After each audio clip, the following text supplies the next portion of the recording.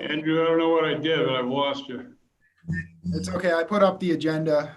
I shared the agenda so people joining us via YouTube could see what was on the meeting agenda. All I've got is a blank Zoom page right now. Well, I'm going to stop the share and you tell me if that fixes the problem for you. Hey, now I got you, Andrew. Is everybody back for you, Roger? No, nobody is.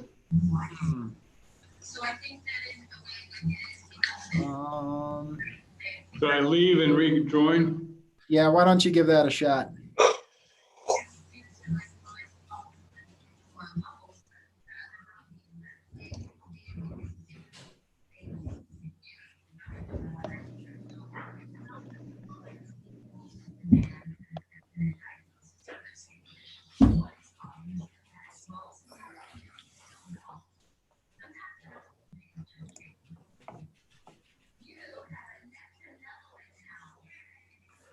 Can you hear me? Yes. Okay. That's weird. Yeah, it might have been when I did the Pastor Cal, is that you coming in as Lydia? That's my wife. Yeah. All right. That's my wife. Okay. Can you turn on your, you can if you want to turn on your video. I apologize. You would come in as an attendee, so. Okay. Attendee. Yeah, don't worry about it. We got you fixed now. You're all set. I could say the prayer. Okay. There. All right. Go up here. Here? Yeah, those dots. Let's see, me. It's self-view. No, I guess you can just leave it. Don't do it.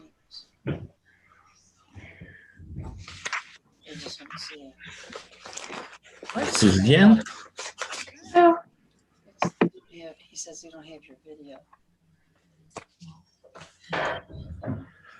Oh, here. Yeah. No. What? Up here. Here? Yeah, see there, still video. There? Yeah. Oh, there I am. There he is. Here you are. Okay. Evening, Pastor. Yes. Thank you. Yeah. Good evening, everybody. Hey, Cal. It's only a couple days till Christmas. Ho, ho, ho. We have any Scrooges there? No. Oh, good.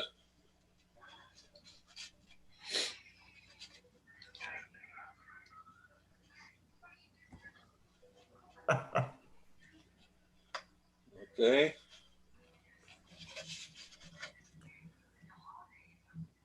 It looks like Commissioner Klinger's in costume tonight. Hi, everybody. Hey.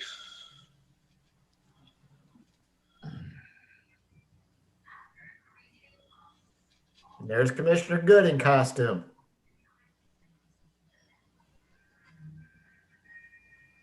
Santa's here. Santa? How do I work this thing? Ho, ho, ho. Oh, there he is. Oh, there he is. Santa Claus. Are you an elf too?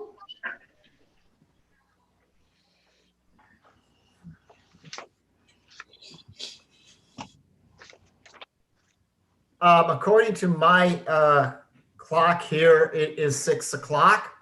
I will call this meeting to order. Of course, always the first item on the agenda is the Pledge of Allegiance. Can we do the Pledge of Allegiance, please?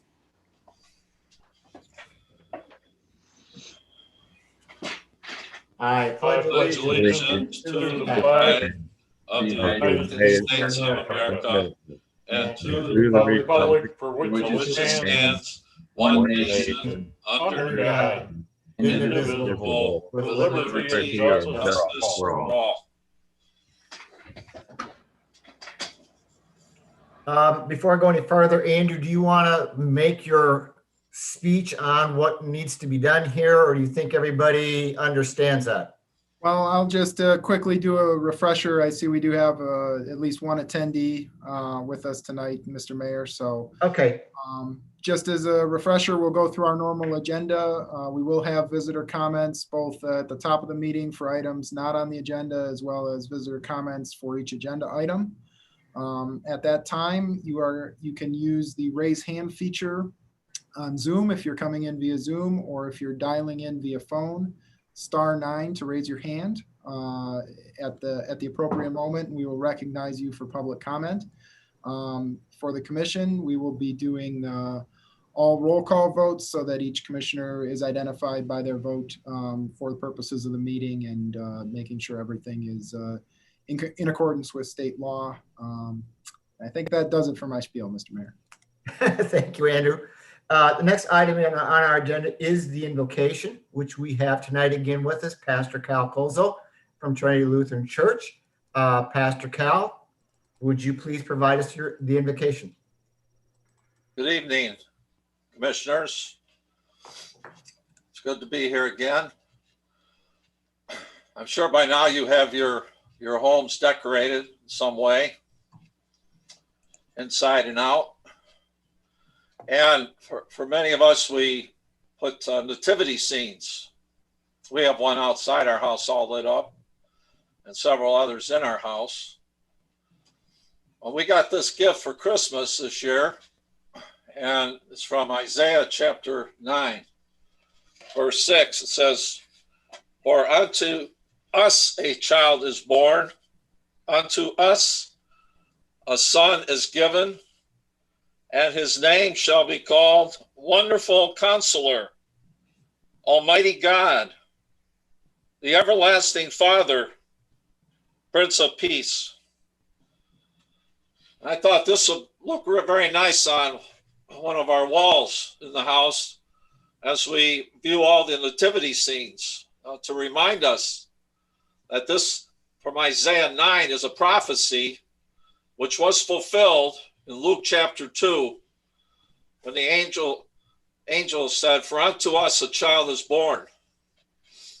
So we're very thankful that we have the Lord Jesus Christ in our remembrance, in our daily life, to help us to truly celebrate and rejoice this Christmas, even though a lot of us are hurting in some way, or know of people who are hurting, and we're just grateful that we have the Lord to turn to in our lives. Let us pray. Heavenly Father, we thank you for this verse, which helps us to better understand that you fulfilled this prophecy from Isaiah through your Son, Jesus Christ, our Savior, who was born that first Christmas day as a baby. And we thank you that the meaning of Christmas is still true, and it's still with us. Even though we have hurts in our lives right now, whether it's some surgery or some illness like coronavirus or some other, we still have our Lord Jesus Christ, who promises to be with us and give us forgiveness and eternal life. We thank you, dear Lord. Bless each one of these commissioners and others who are at the meeting tonight with your love and your presence, Lord. And may the meeting go well, and may our Christmas be a blessing to us all. In Jesus' name, amen. Amen. Pastor Cal, thank you very much. And again, please let the Pastoral Association know that we appreciate you gentlemen being here. Thank you. Thank you. Next item on the agenda is roll call. Mr. Rhodes, please. Commissioner Burr.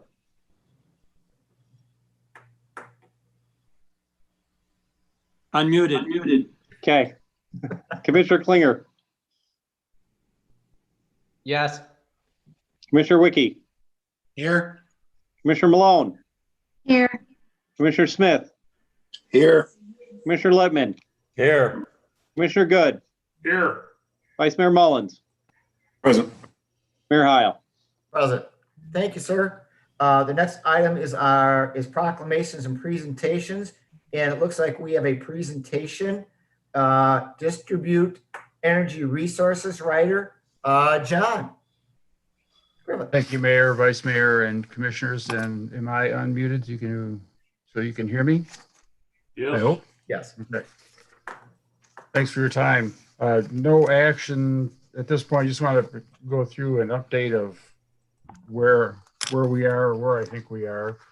Back in May, we had a presentation from a team of Sturgis High School students that wanted the City Commission to take a look at and consider net metering. It didn't quite take that path, but we'll talk about that more in just a minute. Then we had some information in August from Chris Lund at Utility Financial Solutions with what was called a value of solar report that was a follow-up to the request of the students.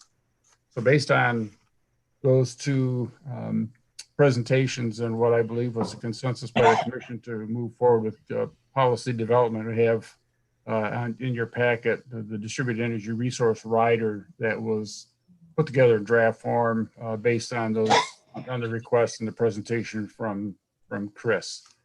So looking at the rider itself, just want to go through a little bit of what's there. I certainly don't want to read this line by line, but I'm looking at, I'm not sure what page it is in your packet, but I'm looking at the availability as the first page of the rider itself. The intent of this rider is to be applied to customers that have metered rates where they're on our tariffs. So it'd be our rates A, B, and C, and so forth, and not just something that would be put down in a vacant lot with no retail use. There's a cap that's proposed in the availability. There were other places where I was looking to see what the capacity should be or the total. And at least at this point in time, it's written up so that this would be for just 1% of the city's peak load or peak kilowatts for the full service customers looking back at the previous 5 years. It's broken down into different categories. So we'll take a look at the definitions. And again, this was based on the recommendation from UFS and sort of as a pilot program. So category 1 solar generation unit or system would be one that has a maximum capacity of 20 kilowatts, and that would be either a single installation or in aggregate. So category 1 is 20 kilowatts and less, and it meets certain certification requirements from testing companies. Category 2 is for anything that's greater than 20 kilowatts but less than 150. Number 3 is an eligible distributed electric generator. So we're looking at some sizing requirements or right sizing for these installations going forward. And it would be the lesser of 100% of their kilowatt hours that they use over a year or 100% of their peak demand. And that in total, that under no circumstances, at least as this rider is written, that it would be greater than 150 kilowatts. Inflow, that's the measurement of capacity and energy from the city system to the customer. And outflow, of course, then would be the reverse. So whatever they don't use, that would be what would be sent back to the city's distribution system. Also only covering solar, since that was the original request by the students, and UFS's program and their report was based on the value of solar. That's not to say that down the road wind might not be considered, or there may be some other renewable resource, but as it's drafted, it's to cover just solar. The next page talks about customer eligibility. And again, I just scratched in a note that this is for retail customers. Again, not looking to have this be just set on a vacant lot and generating and selling everything back to the city of Sturgis. talk a little bit about the billing for the Category 1 installations. Again, this would be those that are less than 20 kilowatts. Those would be billed on what's called net billing, and we'll talk about that more in just a little bit. Anything that's in the Category 2 distributed generation would be what's called buy all, sell all. And again, we'll talk more about that in just a minute. For installations that have a fixed array, which is the panels don't move, their value to us under this value of solar report that UFS did for us would be 4.7 cents roughly per kilowatt hour. And that would be how we would value the energy coming back to the city. And if it was a single axis tracker or single axis array that would follow the sun, and those are a little bit more valuable. So those kilowatt hours would be valued and the customer would be credited at 5.045 cents per kilowatt hour. And those are not fixed numbers. Those numbers could be adjusted either during the regular rate making or at any other time that it seems appropriate based on circumstances and so forth. So that's what they are at this point based on the value of solar report, but they certainly are not fixed. Those would be reviewed and adjusted as needed. Under the generator requirements, again, want to reiterate that the generation would have to be located on the customer's premises, serving only their premises, and it would be intended to offset their needs, and again, not installed to have a planned excess of capacity and energy to sell back to the city.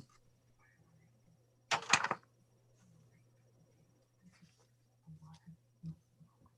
have no notes on the next page unless there are questions, but I will skip the generator interconnection requirements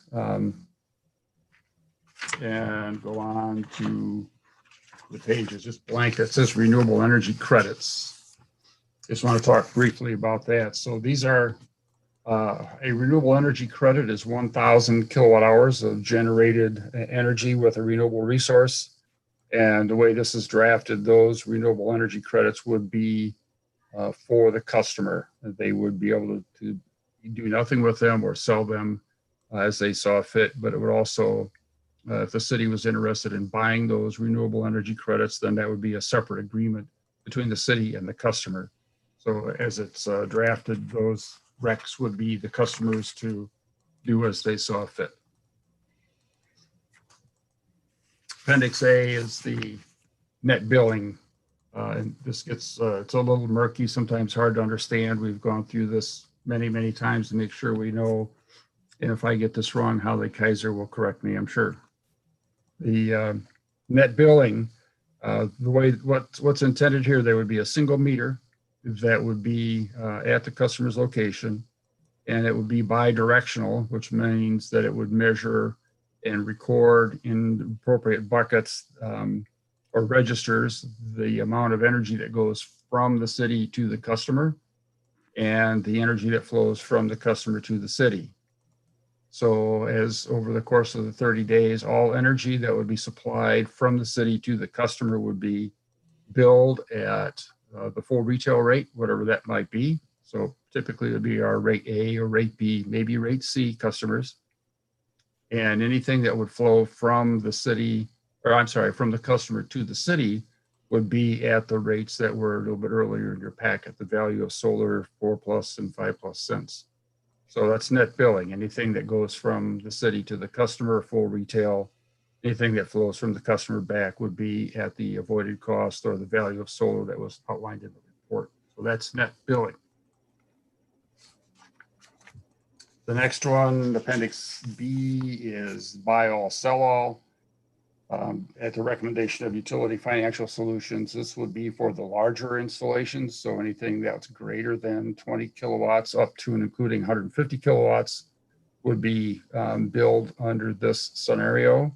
So the way this works is that the customer would pay full retail rates for all energy that they use, and that would include what is supplied from the city and what their solar would generate. So even though we're not selling them the solar, we would bill them for all energy that they use.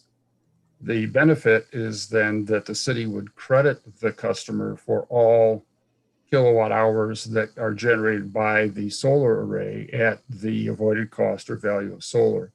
So they would be, as a customer billed, as if they were taking everything from the city at retail, and everything that they generate would be credited back on their account under the 4+ and then the 5+ cents per kilowatt hour. The last piece of this I did not include in your packet because the technical specifications are lengthy and verbose, and they have already been presented to and approved by the city commission back when we were beginning talks with the Prism Solar project. But the other documents that would be included as a part of this is the application form. There's an interconnection and operating agreement.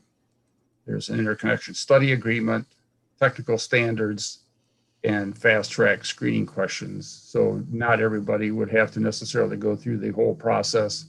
And those were all developed by Power System Engineering and would be included as a part of the process. So what I see happening is I want to give this to you to see if you had any questions either now or later on, give you some sense of where we are with the rider and the program at the request of the students and the recommendations from Utility Financial Solutions, and then fine tune that and bring that back to you early in 2021 for your consideration and action and recommendations. And with that, I will try to answer any questions you may have. Any questions for John on this topic? Commissioner Burr has his hand raised, Mr. Mayor. Commissioner Burr. Yes, thank you, Your Honor. John, if this proceeds, are they going to have to, or is the city going to have to come up with a separate metering device to separate the solar from the other generated electricity? And if so, oops, I'm sorry. Go ahead. If so, whose cost would that be? So for the net billing, I think the metering that we have in place would handle that. There might be some programming to that, but they'll record energy in both directions. So those meters are in place. For the buy all, sell all, there are a couple different ways that might go, but it would involve 2 meters.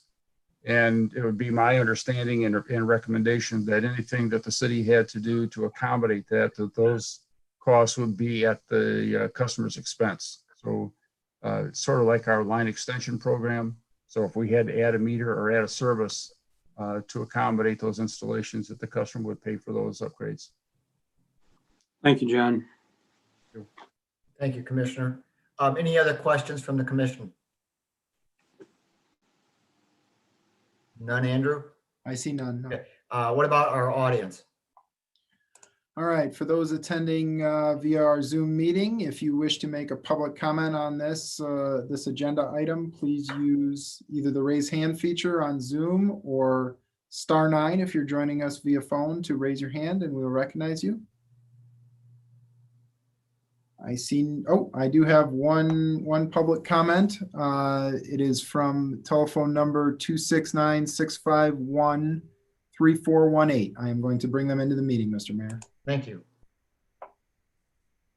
All right, sir. You can unmute by using *6 and make your public comment. Hello, this is Andrew. This is not in regards to John's comment or presentation, but it's a public comment. Can I give that at this point, or should I wait until that time has come? Mr. Brand, we do have, or Andrew, we do have a public comment period just after this, a visitor section where this would, where that comment. I yield. Okay, thank you, sir. Seeing no other comments or hands raised on this topic. Mr. Mayor? Yes. I'm sorry, we do have Commissioner Burr and then Dr. Ebert from Sturgis Public Schools. Both Thank have you. their hand raised. I will recognize Commissioner Burr first. Okay, just a short question. It's kind of off topic a little bit. How's our solar farm coming along? I see it's pretty much completed, but I haven't seen any connections. Everything is complete there. They have the permit to operate We're waiting to establish what's called the commercial operation date. The only thing left to do at this point is to get some fiber jumpers on the metering. And that should be done hopefully tomorrow or by Wednesday, and it will be ready to go. It is fully functional. It's been tested. It is generating. We just have to get the fiber jumpers in there to get the metering operational. So it's almost there. That's good news since we're getting more daylight starting tomorrow. So Yes, 30 seconds or so. Yes, yeah, but it's almost done. thanks, John. Thank you. Thank you, Commissioner Burke. I'm going to recognize Dr. Ebert. Thank you. And I would like to thank the commission, city staff, and John for your work on this. I feel it's a really well done proposal. It has some nice protections in place for the city, but also would allow for our students to engage in our very meaningful project. So I just wanted to say thank you. Thank you, sir. Thank you, Dr. Ebert. Appreciate that very much. Again, sort of like the last call, any other questions or comments for John on this topic? Seeing none or hearing nothing from Andrew, I'm going to say thank John for all the work you've done on this topic. Appreciate it very much. We're going to move on to the next item. This is our visitor section. If there is somebody in our audience that would like to bring something to the commission that is not on the agenda, this is the time to do it. And I think we have a gentleman that's willing to do that. We do. So I am going to go ahead and move him over. So once again, Mr. Brandt, if you want to unmute your phone with *6, you can go ahead and make your public comment at this time. Mr. Brandt, can I ask you to do one thing too? Could you give us your address, please? This is Andrew, and all rights reserved, UCC 1-308, UCC 1-103.6. To correct the record, I am not a Mr. Don't ever refer to me as Mr. I am not Mr. There are no titles of nobility. I am called by, I don't have a name, Andrew Hans of the House of Brandt, care of General Post Office, Centerville, Michigan. Non-domestic, without the United States, not part of the corporation. I'm calling today about the high voltage electrical transmission line process through Sherman Township. And number one, I wonder if Ken Rhodes, the city clerk treasurer, and or John Griffith and or whoever might be involved with the transmission line project with that email. I just don't have that in front of me at the moment. If they gave you the information regarding the petition that's being distributed to the people who are the principal in their private capacity who do not want this going forth. Has anyone seen that information up to this moment in time? Andrew, that I did receive your email late this afternoon, but the commission, it has not been forwarded to the commission at this time. Okay. I'll tell you what that is, folks. It's a petition to reject new high voltage electrical transmission lines and or easement in Sherman Township, Michigan, as of December 14th, 2020. To City Sturgis, Michigan Electric Department, and Sherman Township, Michigan Township Board, up to 3.5 pages of authorizations, people in their private capacity in Sherman Township, along, I think, 4 of the projected 6 routes. With more time, there'll be more authorizations and lists coming that do not want this happening, and I just want to bring that to your attention. I want to let you folks know that we do accept your oath of office for you to uphold all of our rights in our private capacity. And I have asked Ken Rhodes, and I will be asking Sherman Township Board Clerk, who I also could not contact, for a copy of corporate charters. In Sturgis, it's going to be the city corporate charter and the electric corporate charter, and I want a certified true and correct copy of the oaths of office of all commissioners. According to the 13th article of the Bill of Articles, there's no involuntary servitude, and things happen via consent or non-consent. And just want you folks to know that we don't consent for any high voltage power lines, and part of your mission is to ensure that the expression of views by, I'm going to say, the people, the principal, are recognized and responded to by the city. So I'm going to put this in your lap, and I'll let you comment at will. And thank you for your time this evening. I wish I could have came face to face, but we couldn't due to whatever reason. I yield. Thank you, sir. I talked to Mike a little bit about this with the vice mayor. We didn't really get into it because, like Mr. Rhodes said, we have not seen the email that you sent. Mike, I'm going to ask if you have comments on this to help us out.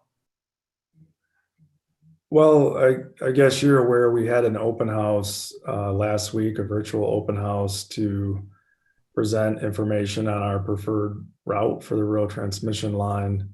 Part of the purpose of that meeting was to share information with properties that potentially would be impacted. We not only invited those property owners that were on the preferred route, but also others that have property on routes that we've discussed previously. Part of the other purpose of the meeting was simply to get input. And so we provided a few ways that information could be communicated. I believe we do have the petition document that was referenced. And I will, when I probably tomorrow, I will forward that on to the City Commission.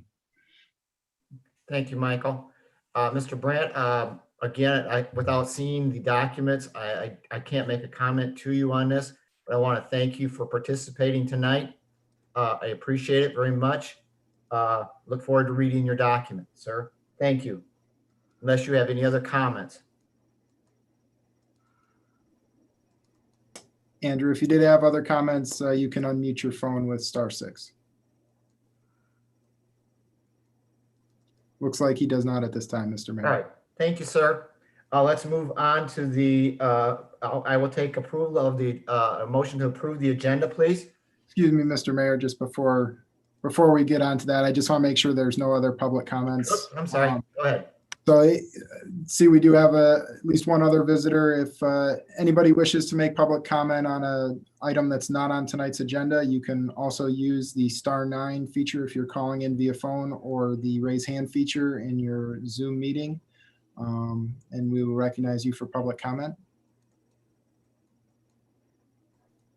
I see none, Mr. Mayor. Thank you. So then we will move on to the next item on our agenda. I will take a motion to approve our agenda, please. Your Honor, Commissioner Lippman, I move for approval of tonight's agenda for December 21st, 2020, as presented. I have a motion to approve. Do I have support? Support, Commissioner Burr. Thank you, sir. Commissioner Burr supports. Roll call, please. Commissioner Wicke, Yes. Commissioner Burr, Yes. Commissioner Klinger, Yes. Commissioner Smith, Yes. Vice Mayor Mullins, Yes. Commissioner Lippman, Yes. Commissioner Malone, Yes. Commissioner Good, Yes. Mayor Heil. Yes. Motion carries. Thank you. The next item is I'll take a motion to approve our consent agenda, please. Your Honor, I also move next for approval of the consent agenda also for December 21st, 2020, as presented. Mr. Lippman has made a motion to approve. Do I have support? Support, Commissioner Burr. Support by Commissioner Burr. Roll call, please. Commissioner Klinger, Yes. Commissioner Smith, Yes. Commissioner Burr, Yes. Commissioner Wiki, Yes. Commissioner Littman, Yes. Commissioner Good, Yes. Commissioner Malone, Yes. Vice Mayor Mullins, Yes. Mayor Heil. Yes. Motion carries. Thank you all. The next item is unfinished business. We have none, so we're going to move down to the new business section. And the first item on our new business section is the Pleasant Avenue Sidewalk Special Assessment, Public Hearing, Barry Cox, and I will open up the public hearing. All right, thank you, Mayor, Vice Mayor, City Commissioners. Can you hear me all right? Yes. Okay.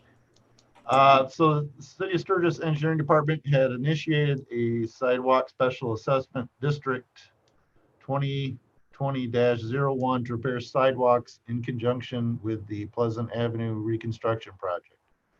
The sidewalks have been repaired. The costs associated with those repairs have been completed.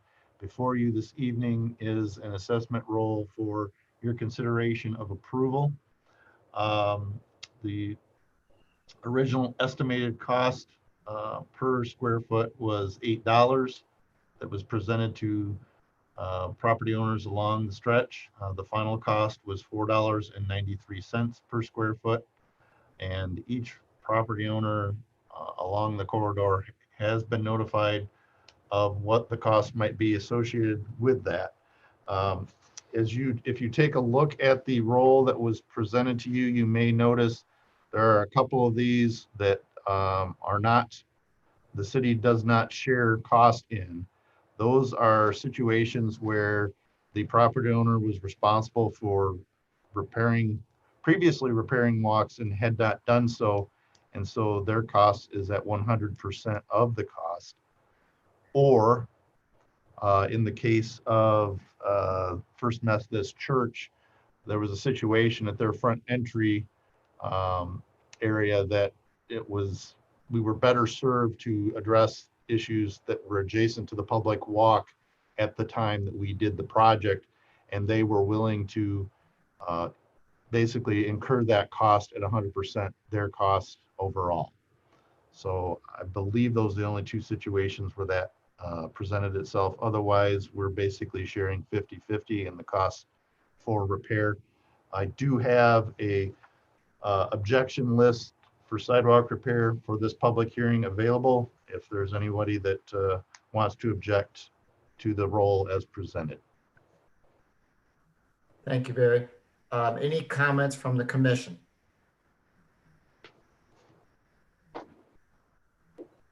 Seeing no hands or hearing nothing from Andrew, what about, is there any comments from our audience on this topic? So once again, for those who are joining us via the Zoom meeting, if you wish to make public comment on this agenda item, please use the raise hand feature. If you're calling in, you can raise your hand using *9 on your phone. I see none, Mr. Mayor. Thank you, Andrew. Again, one more time, any comments from the commission? If not, I'm going to go ahead and close this public hearing. I'm going to go ahead and close the public hearing. We have two motions on this topic. What say the commission? Your Honor, this is Commissioner Burr. I move that the Sturgis City Commission approve special assessment roll number 2020-01 as presented. I have a motion to approve. Commissioner Good, support. Thank you, Commissioner Good. And we have support. Roll call, please. Commissioner Littman, Aye. Commissioner Wiki, Yes. Commissioner Smith, Yes. Commissioner Malone, Yes. Commissioner Burr, Yes. Commissioner Good, Aye. Vice Mayor Mullins, Yes. Commissioner Klinger, Yes. Mayor Heil. Yes. Motion carries. There is a second motion on this. What say the commission on the second motion? Your Honor, I move that the Sturgis City Commission approve the spread of special assessment roll number 2020-01 by the city clerk and set the interest rate of sidewalk assessments at 5% over a 5-year period. Support, Commissioner Good. Thank you, sir. Commissioner Burr made the motion. Commissioner Goods is supporting it. Roll call, please. Commissioner Burr, Yes. Commissioner Malone, Yes. Commissioner Klinger, Yes. Commissioner Smith, Yes. Vice Mayor Mullins, Yes. Commissioner Littman, Yes. Commissioner Wickie, Yes. Commissioner Good, Yes. Mayor Heil. Yes. Motion carries. Thank you all. And Barry, thank you for all your work on this agenda item. The next item on our agenda is the St. Joseph Street Reconstruction Design Proposal. Barry, you're up again, please. All right. Thank you, Mayor. Before Commission this evening is a professional services agreement with Fishbeck Incorporated. As most of you know, we generally have worked with Police and Vandenbrink on road and street improvements, utility improvements. And we generally are in the process of trying to move forward our design approach so that we can bid these out in the fall as opposed to trying to do it in the middle of winter. We're getting the feedback that that's maybe a little later than we want to do. So we are looking ahead at St. Joseph Street, and we thought this might be an opportunity to have Fishbeck do a project beyond just the brick projects, which they've been very good at. So the design proposal is out there in a very similar fashion as what we have had the issue with West Congress. We have a railroad crossing that we have to consider. We have water main permitting challenges that are probably going to have some significant lead time. And we want to have all that in hand prior to us bidding it out. So we have the proposal in your packet. It's for the entire length of St. Joseph Street from North Centerville to North Nottawa. When we were putting together the 6-year capital and extraordinary expense budget, this is in the fiscal year 2021, 2022 category. And it was originally only set up to go to North Clay.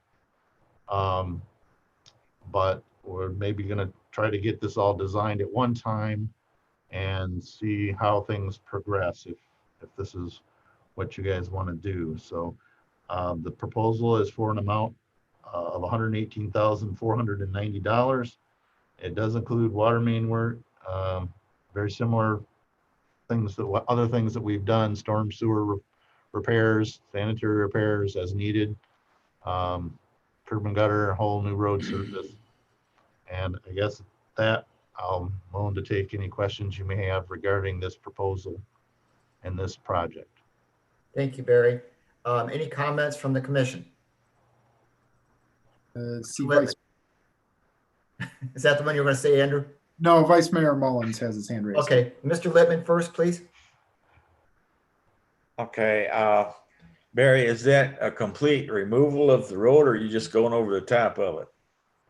This is to do basically a complete redesign of the roadway, reconstruction of the entire stretch from end to end. Okay, you're talking about an amount of less than $120,000? This is for the design of the project. On the design, not the project. Not the project, no, no, sir. Okay, because I about fell out of my chair. Okay, you don't have a figure on the full project yet then? Well, I might. Just out of curiosity. Just a moment.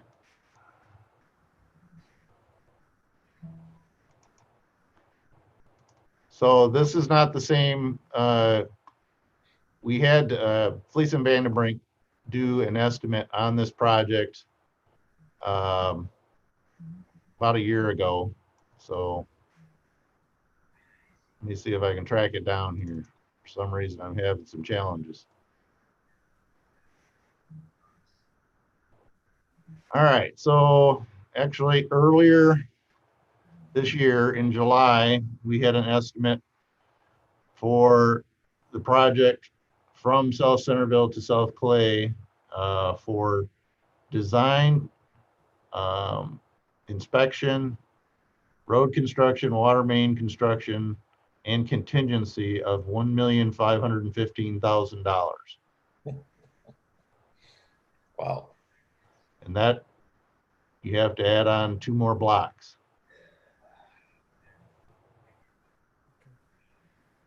Okay, and you're looking at all the roads in town. Is that the one that pops up first to do? Well, St. Joseph Street is a major road, and we have been in the process of rebuilding major streets as part of the 10-year, I guess, millage project that was approved back in 2012. And so I believe that is one of the streets that was considered for the construction in that 10-year time period. I can understand that. That's the reason I don't drive on it. Yeah, it is, I mean, rather tough. I have the Baser rating handy, Barry, but it's one of the worst streets and consistent with what you're saying, Commissioner Lippman. I think that people avoid driving it because of the shape that it's in. Is that going to be asphalt or concrete? It would be asphalt, Commissioner Lippman. One of the things that we kind of try to look forward a little bit, and yeah, it is, as Mike said, based on the Pazer, it's probably a 1.5 at best. Obviously West Street gets a lot more activity as far as vehicular traffic, but that road at some point in the future is going to have to be addressed as well. And we're going to need to have an ability to get around that when that construction takes place as well. West Street isn't to that level at this point. Obviously St. Joe is in much worse condition.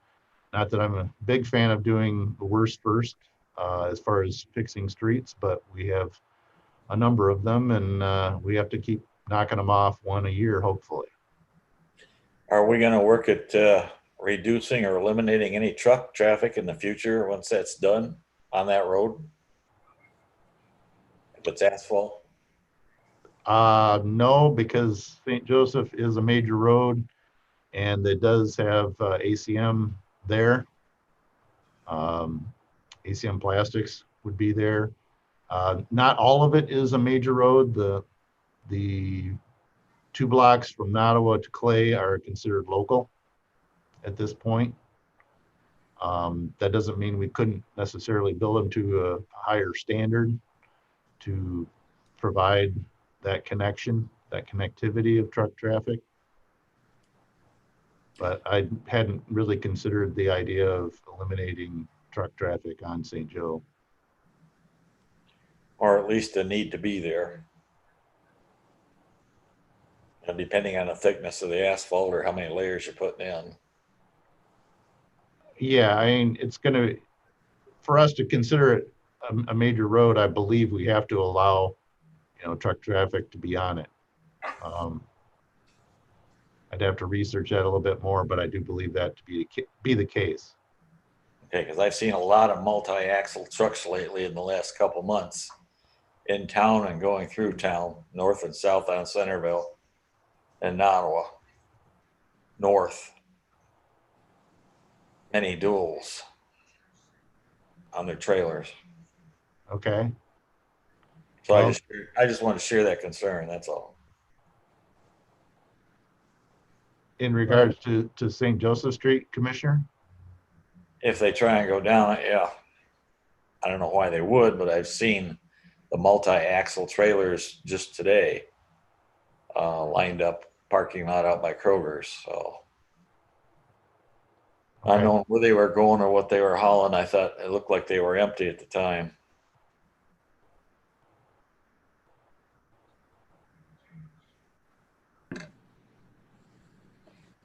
That's all I got. All right, thank you, Commissioner Lippman. Vice Mayor Mullins. Thank you, Mr. Mayor.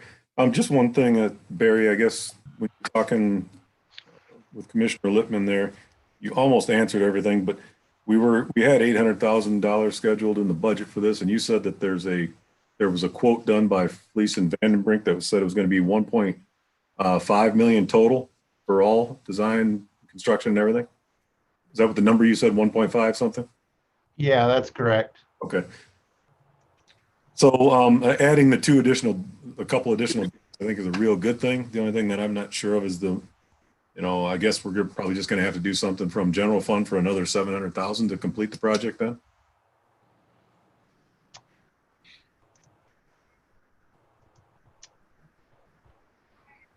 So what's in the street fund would just be street, you pick up at least another portion in the water capital. In the what, I'm sorry? In the water capital, so I'd have to look and see what we have there.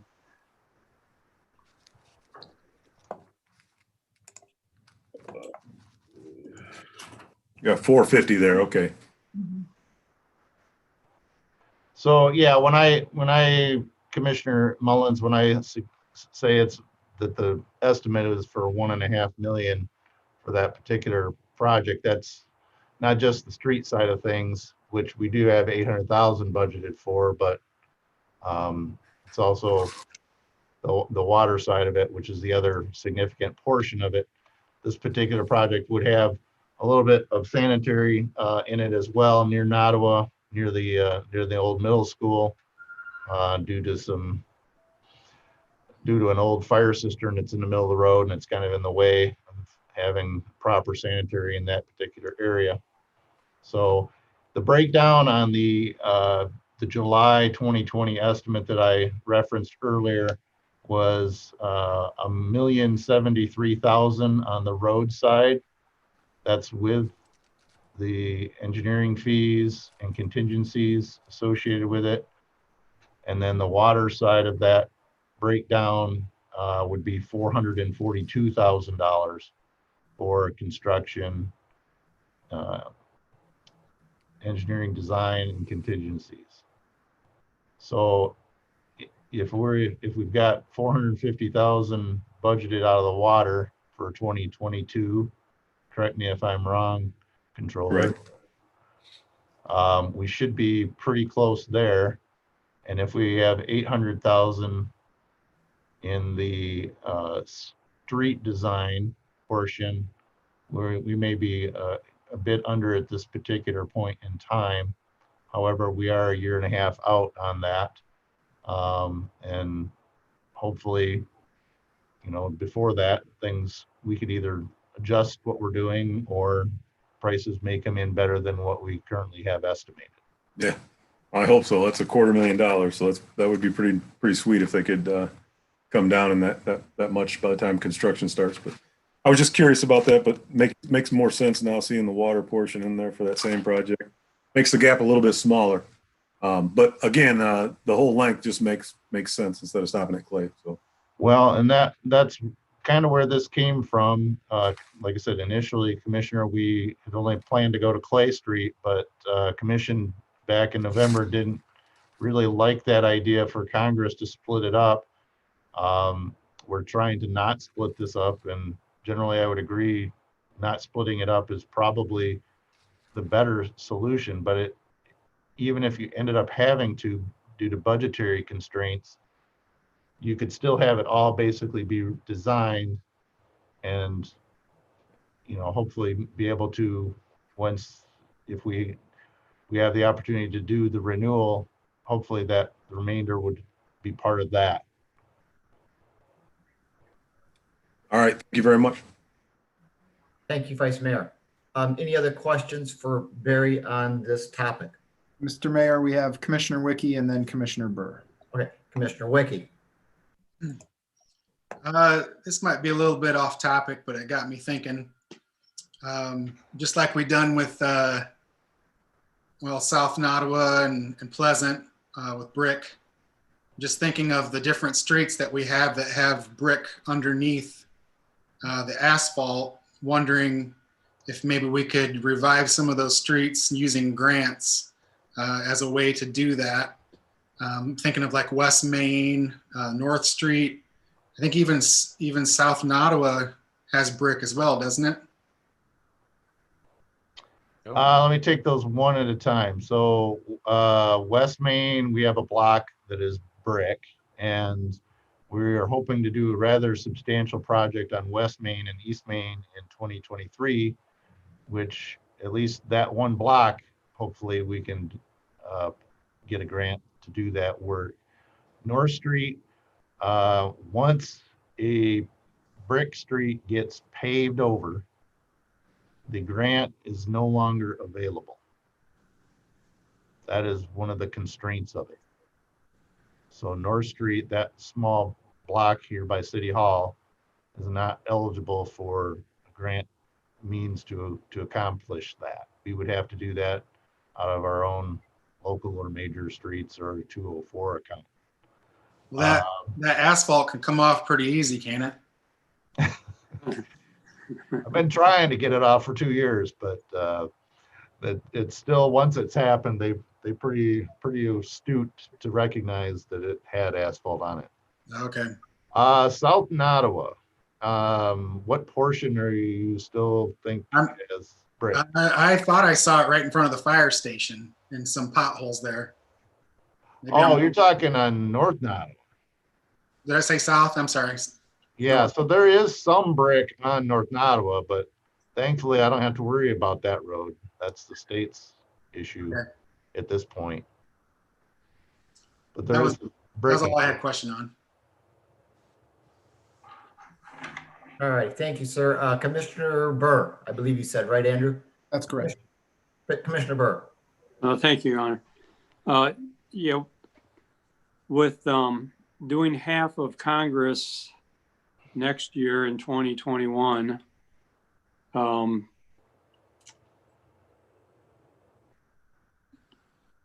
plus trying to do St. Joseph Street, isn't that going to be kind of taxing to find the construction workers to do two jobs pretty much at the same year?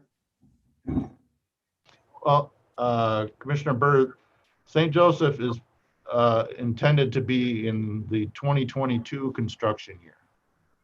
Hopefully Congress, as we try to move this forward, hopefully all of West Congress will be next year's construction season. Well, I didn't think we were going to be able to get that done by fall. We're going to try really hard, but I don't honestly know whether or not we will be able to accomplish it or not. I guess to speak to the question of whether we might be able to get bidders, I guess my sense from over time is that if we happen to do, the second part of West Congress at the same time as St. Joseph, then I think we would, if we bid it early enough, I think we would be okay. My only caveat is that it's such a strange world right now and you never really know. But in previous times, we bid out projects like that. And in most cases, we always think we could try to attract the same contractor, but it doesn't always work out like that. But I think with two projects like that, we would be okay in normal times.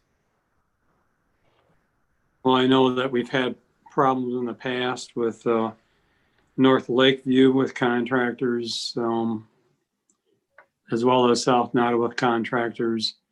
It's, as you said before, it's hard to get reliable contractors that will come in and stick to a job for some reason in this area.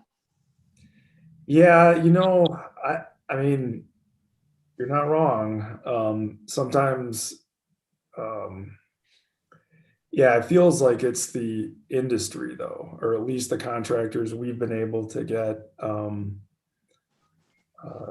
attracted to the area. Maybe the overall benefit for both of these projects, because they don't have any state or federal grant funding associated with them, they may ride a little closer to how East Geraldine worked, because there's not so much paperwork involved with both on the consulting side as well as on the contractor side to do the project, to actually do the project. They can go out and just tackle the work as opposed to dealing with all the other aspects associated with the project. And I don't know that's an absolute fact as to why East Geraldine ended up being fairly inexpensive comparatively, but it could be a possible reason.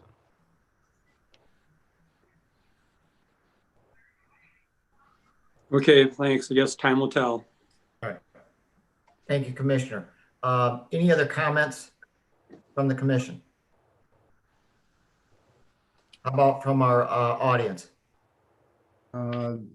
Anyone in the audience who has public comment on this issue, please use the raise hand feature in Zoom and we'll recognize you. I see none, Mr. Mayor. Thank you, Andrew. If there's no other comments, I will take a motion on this. So what say the commission? Your Honor, this is Commissioner Burr. I move that the Sturgis City Commission approve the professional services agreement with Fishbeck Incorporated for design phase services for the St. Joseph Street Reconstruction Project in the amount of $118,490 and authorize City Manager Michael Hughes to sign all necessary documents. We have a motion by Commissioner Burr. Do I have support? By Commissioner Klinger. Second. Second, support is by Commissioner Klinger. Mr. Rhodes, roll call, please. Commissioner Smith, Yes. Commissioner Littman, Yes. Vice Mayor Mullins, Yes. Commissioner Good,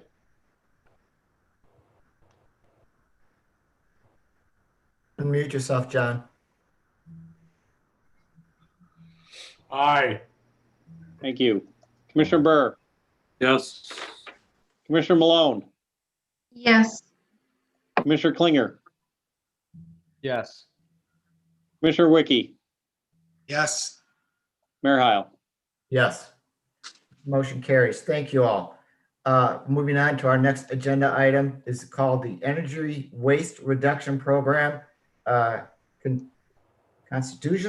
Continuation. John.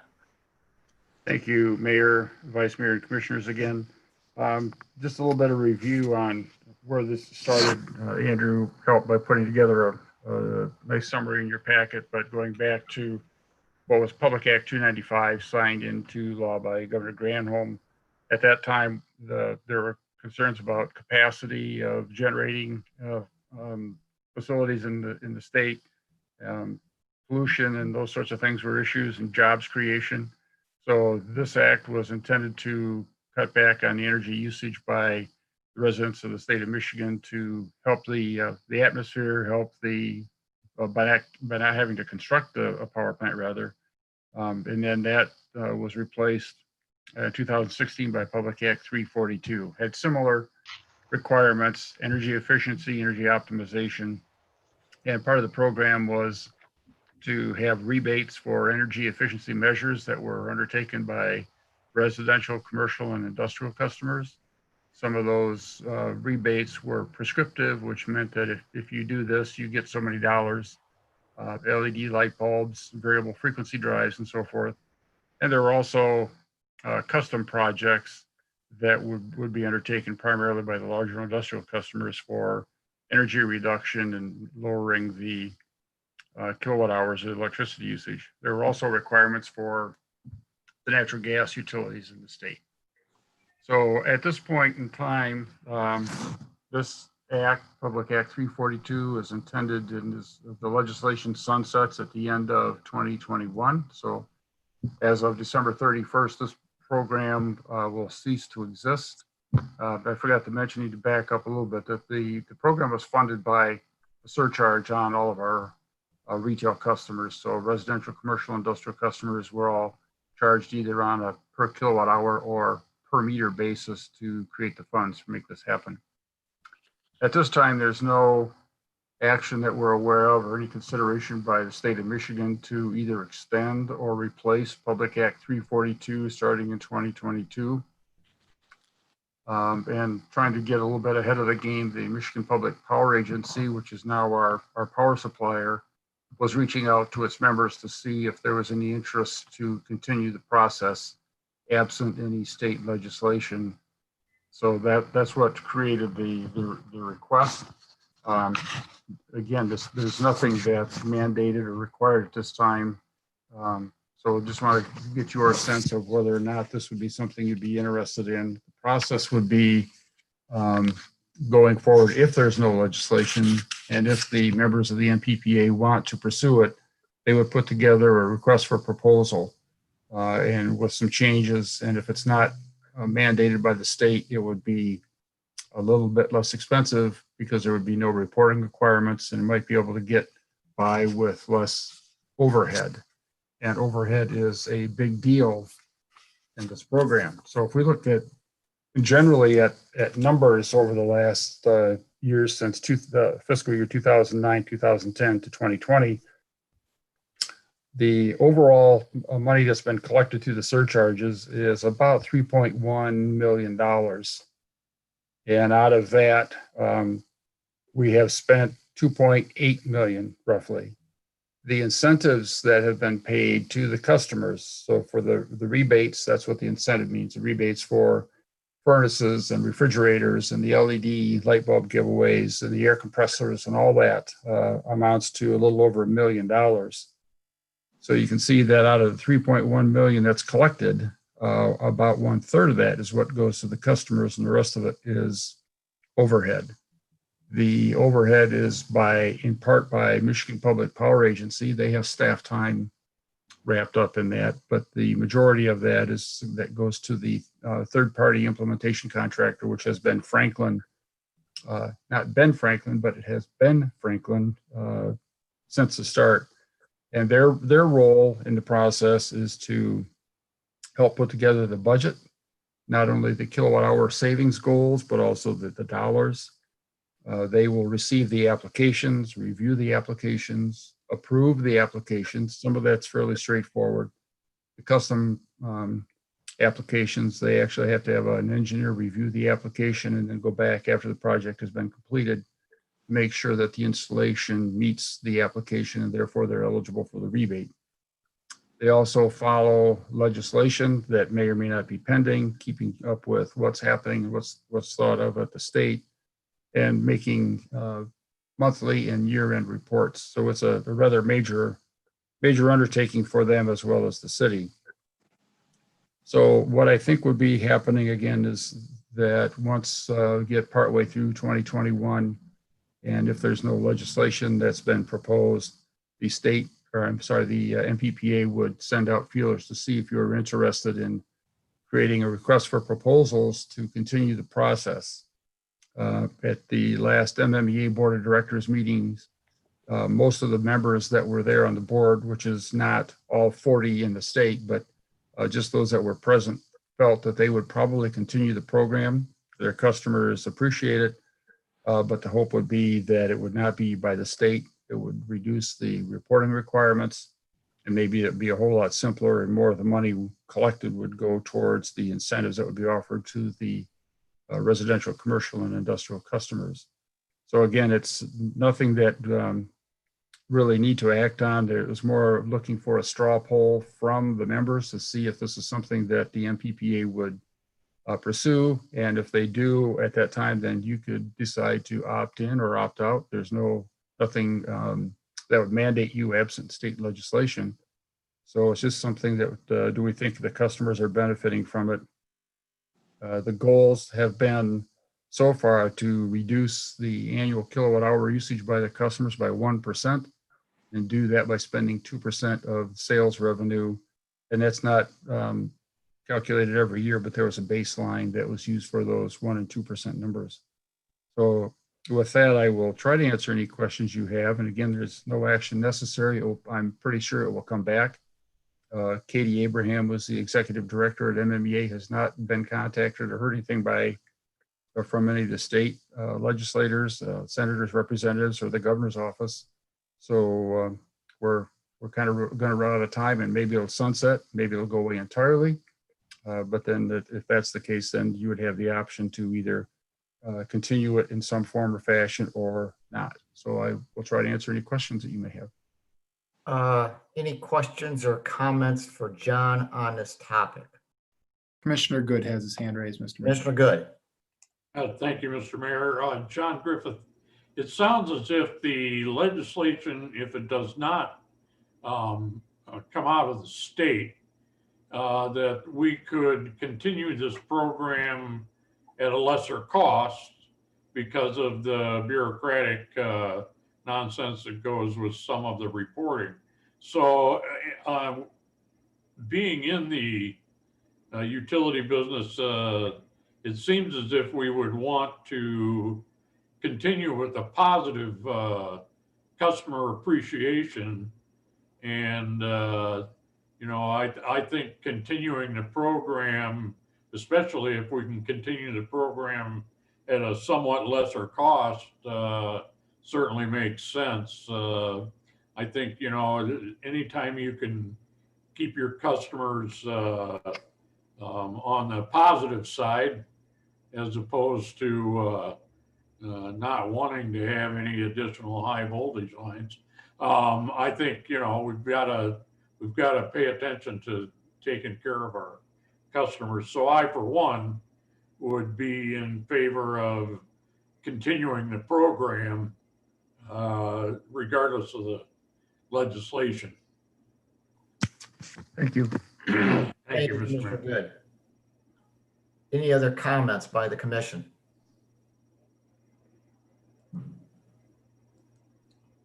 How about from our audience, Andrew?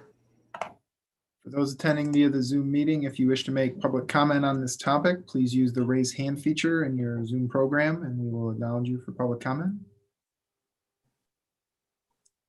I see none, Mr. Mayor. Thank you, Andrew. I too am going to agree with what Commissioner Good said. I think it's a good idea for the incentives for our customers, and if we can get rid of some of the bureaucratic cost out of it, I think it's a good idea. I'd be in support of continuing the program myself also. Any other comments again from the commission? There is no motions on this, so we will move on to the next item then. The next item on our agenda is the grant writer agreement. Michael Hughes. Michael. Thank you, Your Honor. As you're aware, the city has a partnership with Three Rivers, City of Three Rivers Area Community Foundation, and the Sturgis Area Community Foundation for sharing costs of a grant writer. Commission approved an MOU, or I should say a memorandum of understanding, back in 2018. And previous to that, we had partnership that included the county and the City of Three Rivers to help fund this position. A few months back, James Hissong, who's our current grant writer, and he's present this evening if you want to wave, James. There we go. He approached the partners to talk about maybe a new model of how the grant services would be provided, and starting his own consulting firm called Grantsmanship Consulting. And he proposed a couple of options to do that, contract options. One was a retainer agreement and the other is a fee-based agreement. And both of those options, and there's some detail that was included in the manager's report, but both of those options, I think, would have a similar, financial impact. And I can kind of talk about those a little bit in detail. The option that we're interested in and recommending is the retainer option. So we would pay the Grantsmanship Consulting $2,925 a month, and that's based on $45 an hour at $65 or 65 hours per month. And then anything over the 65 hours, would be charged at a rate of $45 per hour. The other option, straight fee-based, would be $50 an hour, but you would purchase a block of 60 hours at a time. Part of this, and it was pretty important, we have had this funding relationship with the Sturgis Area Community Foundation. They, according to the 2018 MOU, paid $15,000 a year. So I've had discussions with the foundation and they're interested in continuing the partnership. So the new arrangement, there would simply be an MOU between the city of Sturgis and the Sturgis Area Community Foundation, and a separate agreement between the city of Three Rivers and their foundation, which they've already approved a contract with Grantsmanship Consulting. I believe that was last week. So in a much different way, but these entities providing funding to be able to support this business and receive, of course, the services. There were 3 documents included in your packet: grant writer agreement, proposal with the retainer structure, also a termination agreement of the MOU between the partners. And then the third document is a grant writer funding MOU with the Sturgis Area Community Foundation. And I just wanted to point out that document that's in your packet, sort of a slight different arrangement. The foundation would be responsible for up to $15,000 a year, and we would invoice them 37% of the invoice from Grantsmanship Consulting, and that percentage is a percentage of the total contribution between the two entities of $40,000. So previously, or at least in the current agreement, the city's funding was $25,000 and the foundation was $15,000. So with that, I entertain any questions that you have, and of course, James is here available to answer any questions you may have for him. Thank you, Michael. James, would you like to add to anything that Michael has said here? Sure, thank you. When I first presented this concept, I think my intent was to try to come up with a proposal that was essentially cost neutral or close to being cost neutral to all parties, still maintaining the intent of the partnership, but obviously doing it under a slightly different structure. And so I think it helps to provide more flexibility. I think many also know that I handle the grants for the county as well. And so this provides me with a little bit more flexibility in terms of how I can either bring on support when needed, when additional work is required, and also provide, essentially what each partner needs individually by contracting directly with each entity. Okay, thank you, sir. Any comments or questions from the commission to either Michael or James?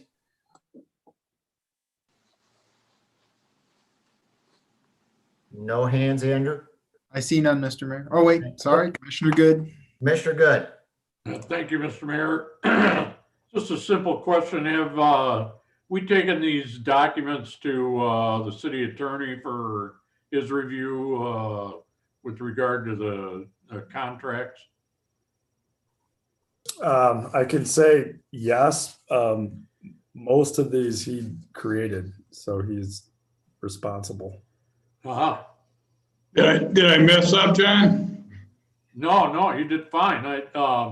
Actually, I have to say, I think we've been very fortunate to have Mr. Hitsong continue to work with us after the original separation that we had, and then it all came back together. We've been successful in receiving a number of grants, and I think that he's looking out for his future, and he's doing it as actual. I don't think it's there's any real additional cost, is there, Michael Hughes? No, as James said, he was trying to keep it cost neutral. We're going to be reviewing, because I think our greatest risk in the retainer structure is if we don't use the 65 hours per month. However, in the agreement, there's a holdover for 30 days. And so how we anticipate this working is that James would notify us if we have hours that we haven't used in a month, and then we could make a plan for that following month. But if we were to fall short of the 65 hours, I think we'd want to look at something else. I will say that we have benefited greatly from, particularly James' work. I mean, he's very good, and I absolutely recommend, moving forward with grantsmanship consulting.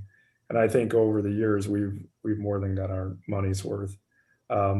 And to your original question, James did provide a draft of the contract with grantsmanship consulting, and Roger did review that. Great. I think that based on the information I have, I would start the motions, Mr. Mayor, if that's all right with you. Any other questions from the commission? Seeing none, I will take the motion, John. Now we'll start with moving that the Sturgis City Commission approve the termination share grant writer memorandum of understanding as presented. Do I have a second? I second that. Commissioner Klinger. Thank you. Mr. Rhodes, we have a motion and a second. Commissioner Malone, Yes. Vice Mayor Mullins, Yes. Commissioner Wiki, Yes. Commissioner Good, Yes. Commissioner Littman, Yes. Commissioner Klinger, Yes. Commissioner Smith, Yes. Commissioner Burr, Yes. Mayor Heil. Yes. Motion carries. And then we have the second motion. John, want you to do that one too? Mr. Mayor, I'd move the Sturgis City Commission approve grant writer funding memorandum of understanding with the Sturgis Area Community Foundation as presented. I have a motion. Do I have support? Second. Who is that? I did. Smith. Thank you, sir. We have support by Mr. Smith, a motion by Commissioner Good. Roll call, please. Commissioner Good, Yes. Commissioner Littman, Yes. Commissioner Malone, Yes. Commissioner Smith, Yes. Commissioner Burr, Yes. Commissioner Klinger, Yes. Commissioner Wiki, Yes. Vice Mayor Mullins, Yes. and Mayor Heil. Yes, motion carries. And then we have the last motion. Mr. Mayor, I'd move the Sturgis City Commission approve the Grantsmanship Consulting LLC and City of Sturgis contract letter of agreement as presented. I have a motion. Do I have support? Support, Commissioner Wiki. Thank you, sir. We have a motion to approve and support. Roll call, please. Commissioner Malone, Yes. Commissioner Burr, Yes. Vice Mayor Mullins, Yes. Commissioner Wiki, Yes. Commissioner Klinger, Yes. Commissioner Littman, Yes. Commissioner Good, Yes. Commissioner Smith, Yes. and Mayor Heil. Yes. Motion carries. Mr. Husak, thank you for what you've done. And we, again, as a city commission, we look forward to seeing some more of your work for us. Appreciate what you do. Thank you very much. Well, thank you. I look forward to it. Moving on to the next item on our agenda, COVID-19 paid leave time. Michael. Thank you again, Your Honor. This is an item we've talked about a couple of times, and in a place that I wanted to bring it forward to you for consideration. So as you know, back sometime around mid-March until the end of May, we were responding like the rest of the country to the threat of COVID. And we drastically changed some operations, namely, we started staggering staffing, and this was happening at least all over Michigan, with the priority of continuing operations and making sure that we could do the important work that we do. So depending on the department, it wasn't possible in every area because not every department has the amount of staffing that makes it available. We did implement staggered staffing. What this created, though, in that period of time was a disparity in how many hours employees were working compared to each other. And then the other, I think, layer of this is that some employees were able, by virtue of their positions, to work remotely. Some were not, and they were required to work on site. And then in some cases, we had facilities or buildings that were shut down entirely. During that time, municipalities and also private sector, they were doing things to provide additional compensation. And I know that you're aware of those because we were all there and paying attention. We discussed paid leave just because it's a way to really, I think, minimize the financial impact. And frankly, that's what many other municipalities were doing that did do something, is they were, for this situation and for those employees, they're providing additional paid leave time. I think I was probably more measured, maybe more measured than I should have been. I don't know. Just wanting to see, how this impact would play out, impact employees and the city financially, as well as seeing how hazard pay, which was a discussion at the time, which became a federal grant through the CARES Act to the state of Michigan. And our eligible first responders received $1,000 each through this grant program. I wanted to see how those things play out and really try my best to come up with a fair and consistent way to recognize that time when we had people that were coming in to work and working through what at least at the time was a pretty uncertain and anxious time. Our employees, and I'm very proud of how they responded. They did what I think we would expect them to do. They came to work, did their jobs, even if it was strange and there was a lot of uncertainty. And I would say that our employees are really grateful for the jobs that they have and the stability. But at the same time, for me, there's this disparity, and I feel like it should be reconciled in some way, and some recognition for those employees that were coming in and working when many others were not. And so what I've come up with is to provide a proposal that would give employees who came in and worked on site in that period from March 16th to May 25th, 4 hours of additional paid leave time for every 40 hours worked. And I just gave one example. If someone worked the entire way through 40 hours a week, they would receive 44 hours of additional paid leave time. And I would also say that really is the ceiling of amount of time that someone would receive, and that would mean they work the entire way through. We have so many different situations where employees that came in, someone might have only worked 8 hours during that period on site. As I said, many employees worked remotely. Many employees couldn't, come to work at all. But what we did during that time, because this was I would say it was a timely issue and being discussed quite a bit with municipalities, is we had hourly employees segregate their time into 3 categories. So the hours they worked at home, hours when they were home not working, and then the hours they worked on site. So we have pretty good records of that.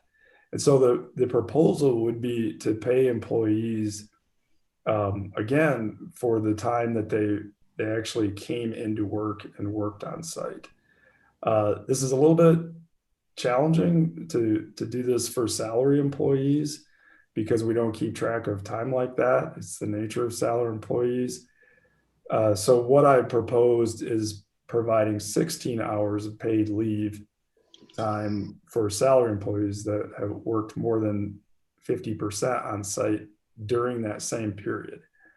If you go back and look, and I tried to track and see what was happening during those times, we had quite a few employees, particularly salary employees, that were working at home sometime in the middle of April. Those salaried employees started coming back, maybe not in total, but were coming back on site as there was a stay-at-home order that was opening up things. So somewhere around the 13th or 20th, salary employees at least, were coming back to work. So I hope I gave a decent explanation, and I'm happy to answer any questions. Thank you, Michael. Any questions from the commission on this topic? Commissioner Good has his hand raised, Mr. Mayor. Commissioner Good. Yes, question for Mike. You know, you've apparently spent a lot of time creating spreadsheets, looking at each employee and each department. And I appreciate all that time you put in. Have you gotten a sense from the employees as to, or have you shared this with them? Or are you waiting for our decision? I just wonder if you have a sense of how they feel. You know, if I'm, you're doing things for a certain segment of the employee base, and some people may receive more than others, but it's you've certainly tried to spread that out in a fair way. But have you spoken with some of these workers about this program you're going to propose here?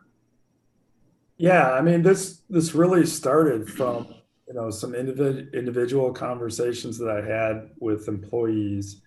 I would say that I have not presented this, you know, to all employees to have discussions, but I have had discussions with employees. I mean, particularly those that worked all the way through and who they might view as their peers or colleagues or not working. I think they feel like, well, gee, I worked through this time. Other people, not only were they not working, they didn't have to come into work.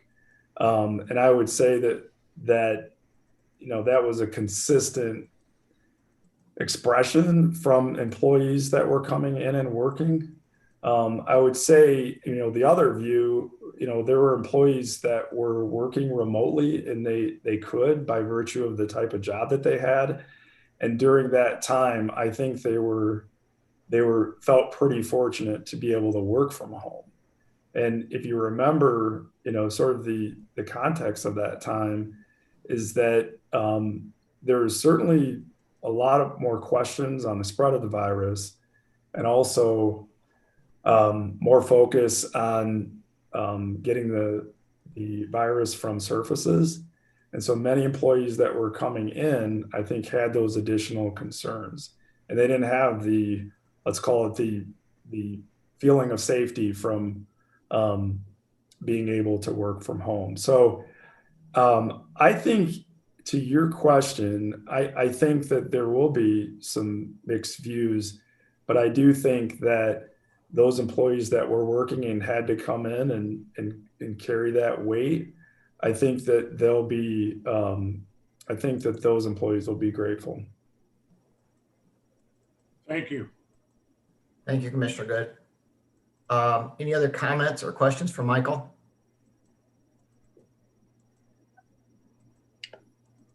Commissioner Burr. Commissioner Burr, please. Thank you. So does this also relate to the part-time and seasonal employees too? That's a good question. Actually, my thought would be to provide this to part-time. And as you know, it's very, I would say, unusual to do that.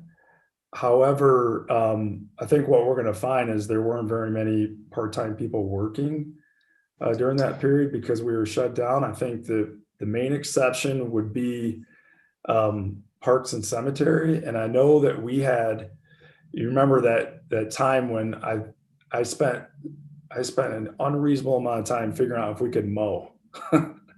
But we did have, if it was legal to mow, but we did have part-time employees. I would say that to be eligible to receive that, an employee would have to return to us. So you've got to be working when and if this is approved by the city commission. But because we have seasonal or returning part-time workers, I would think that they would be eligible for that. They were coming in just like anybody else. So you said when they come back to work, like in 6 months? Right. So they're no longer working now. Correct. So provide them the paid leave time. But I would say in the event that they return, and by the way, it's probably going to be, if you calculate, how many hours they worked, and for every 40 hours, give them 4 hours, we're talking maybe they would get a day or a half day. It's not going to be significant. I just think it's the right thing to do. But I think the dilemma somewhat is, this is a benefit that's going to be received by people here now. If you've left employment, particularly if you're, not coming back as a seasonal, you wouldn't receive it. Might be a good incentive to have some people return. Well, I'll say this. Not probably more than just giving them the hours, right? It's also about saying, when you were here, the time that you're here was worth something. That would be appreciated. All right. Thank you, Mike. Thank you, Commissioner Burr. Any other comments from the commission? Hearing none, seeing none. What about from our audience? Those attending via the Zoom meeting, if you wish to make public comment, please use the raise hand feature at this time. I see none, Mr. Mayor. Thank you, Andrew. What say the commission on this topic? I'll take a motion. Your Honor, this is Commissioner Burr. I move that the Sturgis City Commission approve the COVID-19 paid leave time policy as presented. Motion by Commissioner Burr. Do I have support? Support. Mullins. And support by Vice Mayor Mullins. Roll call, please. Commissioner Wicke, Yes. Commissioner Burr, Yes.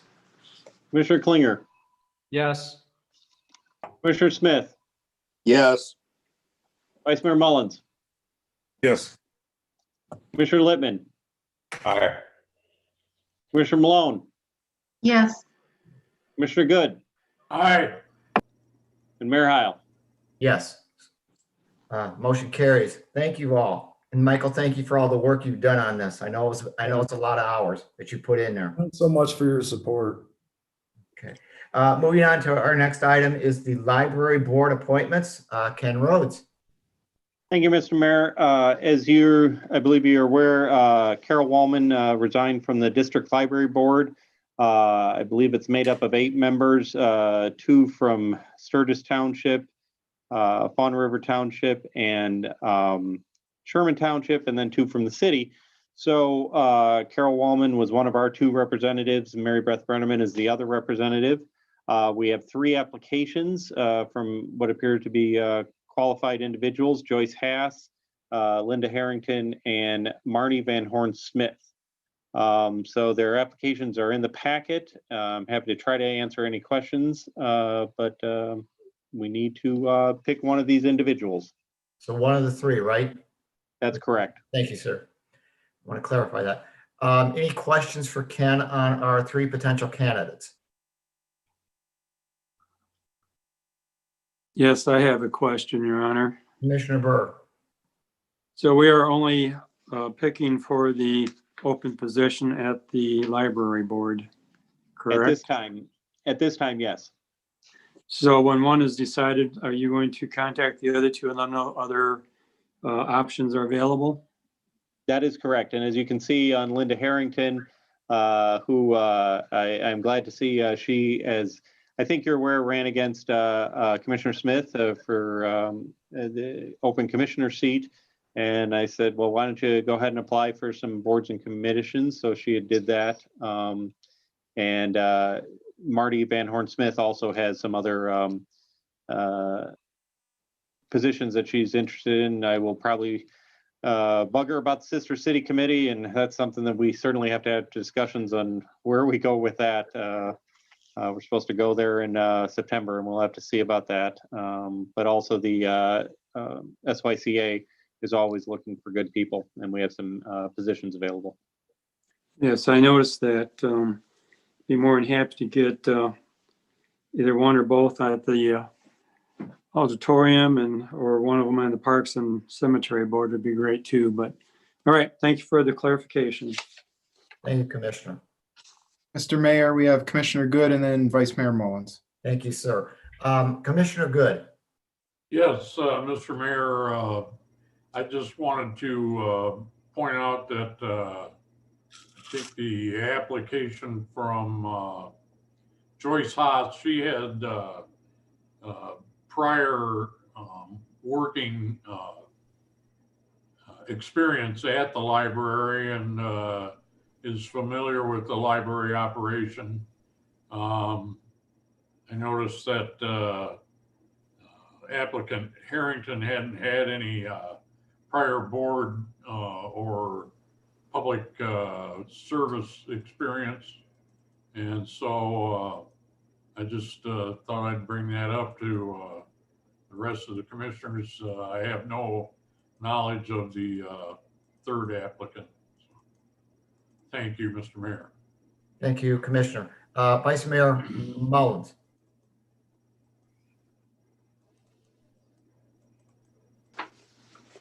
Sorry for the delay. Thank you, Mr. Mayor. Going along with John, I was, going to try to mention the same kind of thing about Joyce Haas. And I guess I'd just like to move forward and nominate Joyce Haas for the library board position. Okay, I have a nomination for Mrs. Haas for the position. Do I have any other nominations? Do I have support? I'll support that nomination, Mr. Mayor. Okay, do we take a roll call on this, Mr. Rhodes? Well, Vice Mayor Mullins, would you want to just turn that into a motion? Yeah, I'll turn that into a motion. Would you go by consensus or do we have to do a roll call?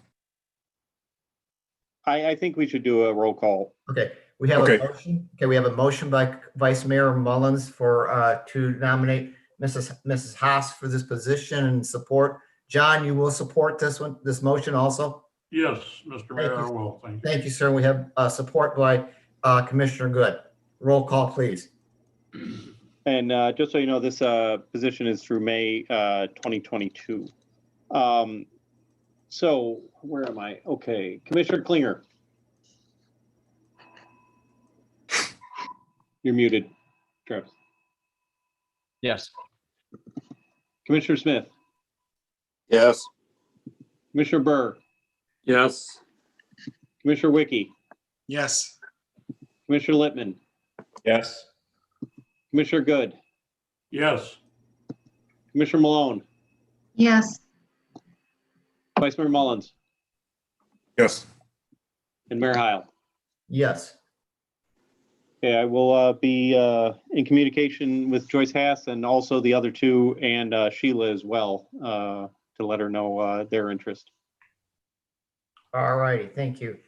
That takes care of the library board appointments. The last item on our agenda is to set the 2021 commission meetings dates. Mr. Rhodes, again. Thank you, Mr. Mayor. I'm just going to share my screen, I think, if I can. Want me to do it, Ken? I got it. I think, wait, what happened? Did I do it? Can you see it? Great. Okay. So I can't tell you what 2021 is exactly going to occur. At this point, we will be virtual. We know for at least the next little bit. I believe the state, if they haven't already completed it, we will be able to have virtual meetings through the end of March as we can now. And then after that point, we may meet at the auditorium as social distancing is still required. But my intent is to advertise that our proposed meeting dates on the second and fourth Wednesday for the most part in the Wieslow room of City Hall. And if there is any deviation from that, if we're electronic, if we're at the auditorium, then obviously we will make the correct postings. So what you can see here, and this is slightly updated just to make a correction. I had June 19th and July 4th, one in the wrong position. So the only changes we have are the second meeting in June moved up a week, assuming we'll have Sturgis Fest again. The second meeting in September moved up a couple days to accommodate the MML conference in Grand Rapids. Moving the meeting near Thanksgiving up to the Monday, and moving the meeting near Christmas up to the previous Monday. So if you have any questions, I'm happy to provide it. And in the report, we've got approved the 2020 meeting dates, but obviously this is the 2021 meeting dates. Ken, the only thing, again, just to clarify, you said that it should be June 19th, not June 9th? No, what you're looking at is the corrected version. So it's Wednesday, June 9th would be the first meeting, and July 14th would be the first meeting in July. So what you're viewing on the screen is the corrected version. All right, thank you, sir. Any other comments or questions here from the commission?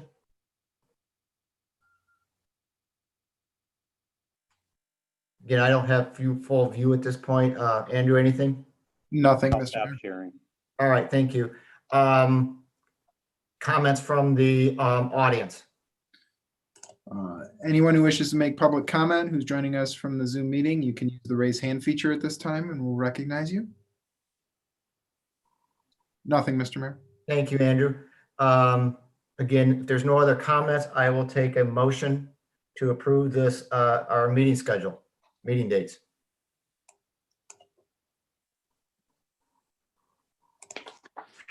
Your Honor, this is Commissioner Burr. I move that the Sturgis City Commission approve the 2021 commission meeting schedule as presented. Thank you, Second. sir. And who seconded that? Commissioner Klinger. Thank you, sir. And we have support by Commissioner Klinger. Roll call, please. Commissioner Littman, Aye. Commissioner Wiki, Yes. Commissioner Smith, Yes. Commissioner Malone, Yes. Commissioner Burr, Yes. Commissioner Good, Aye. Vice Mayor Mullins, Yep. Commissioner Klinger, Yep. and Mayor Heil. Yes. Motion carries. Thank you all for that. The next item on our agenda is the commission and staff comments. And I am going to start one real quick. I don't know if you all are aware of this, but this is our last meeting with Mr. John Griffith. John, I believe you've been with the city for 41 years. Is that correct? It will have been 41 as of January 28th, 2021. And your last day here will be? December 31st. And I want to thank you on behalf of the commission for all the work you have done for the city. Again, it's just amazing what you have accomplished for us. I appreciate it very, very much. I'm going to let the city's commission, if you would like to make comment to John or say something to John, please do it right. We'll do it now. I guess we don't. Oh, Commissioner Littman. Mr. Griffith, because of my background with polls, Are you gonna ask for one to be placed as in memorial in your backyard when you retire? So you got something to stare at? Yes. That's what I thought. That's all I got. Thanks. Congrats. Thank you, sir. Thank you very much. I will Mr. Mayor, we have Commissioner Good and then Vice Mayor Mullins. Thank you, sir. Commissioner Good. Yes, I'd like to say a lot of things to John Griffith, but primarily the one word that comes to mind when I think of John Griffith and his employment with the city is the word legacy. I think, John, you leave behind so many contributions, so many that aren't seen, as well as those that are seen. And I believe that your service to the city has been exemplary. There has never in my mind or my memory where there was anything that was controversial with regard to your service to the city. And as I say, I think you leave behind a legacy that deserves recognition. Thank you, John, for your service. Thank you very much. That means a lot. Thank you, Commissioner Good. Vice Mayor Mullins. Yeah, I'll just say ditto to what Commissioner Good just said, but also one other thing that John lives in my neighborhood, just a few houses away, and see him quite often. We don't really interact a whole lot, but we've got more in common than even that, though. His wife is related to some of my relation by marriage kind of thing, so it's kind of an intertwined thing. But I'm gonna miss seeing your family, your wife, the little dog walking around the neighborhood, your kids riding bikes or running through the neighborhood, that kind of thing. But as John said, man, a tremendous amount of respect for you and what you do and what you've done for our city. Thank you so much, and enjoy. And I also have one of our very good friends that live in Charlevoix. I hear you're going there. Yes, that's correct. Okay. So I'll have to let them know to bug you and say hello at some point when you get settled in up there. Thank you very much again. Appreciate it. It means a lot. Enjoy. Thanks. Thank you. All right. No other comments, or you can make your comment at this point in time. Commissioner Klinger, Mr. Mayor. Mr. Klinger. John, I really got to thank you for all you've educated me on in the 2 years and just going on 4 months. Been a ride with you, watching you do so much in such a little time, and it is unfortunate we are losing you, but I think that everything that you're finishing up right now is going to live long after you decide to end your stay in Charlevoix too. So I'm coming up there to jump out of a plane next. I heard it's really nice. I'll come see you when I do that. Very good. We will be there. Look forward to it. Thank you very much. Thank you. All righty. Mr. Mayor. Yes. I have Commissioner Burr and then Commissioner Wiki. Commissioner Burr, please. No, thank you, Your Honor. Yeah, I'd just like to concur with all the accolades. And one thing that Commissioner Good left out was the integrity. When John told me something, I believed it to be the truth, and it always was. And I appreciate his honesty and his hard work to be spot on in his reports and to explain things to the commission, as most of us are not electrical engineers. So I appreciate that, and I wish him luck. I don't understand why he would go farther up north, but I guess if you love snow that much, you got to go where it's at. Good luck, John. Thank you very much. Thank you, Commissioner Burr. Commissioner Wiki. Just real quick. I mean, obviously I agree with all that's been said. And I don't know you as well as maybe some of the other commissioners do. But for the small time that I've been a part of the commission, it didn't take long at all to see the hard work that you put in and just what comes from it. So I just want to say thank you as a commissioner, but then also as a citizen of Sturgis for all that you've done. Thank you. Thank you very much. Again, appreciated. Okay. We'll start with staff, and John, because you're talking, you got anything else to add? But it's hard not to sit here and cry. It's been a long time. I'm very appreciative to all those that have gone before me. I will be forever grateful to Mr. John Brand and Mr. Earl Metz, who took a shot in the dark and gave me the opportunity way back when. I feel that all the things that have gone well is because I was letting the people that knew more than me do the work, and I got out of the way. And if things didn't go well, it's because I probably was too involved.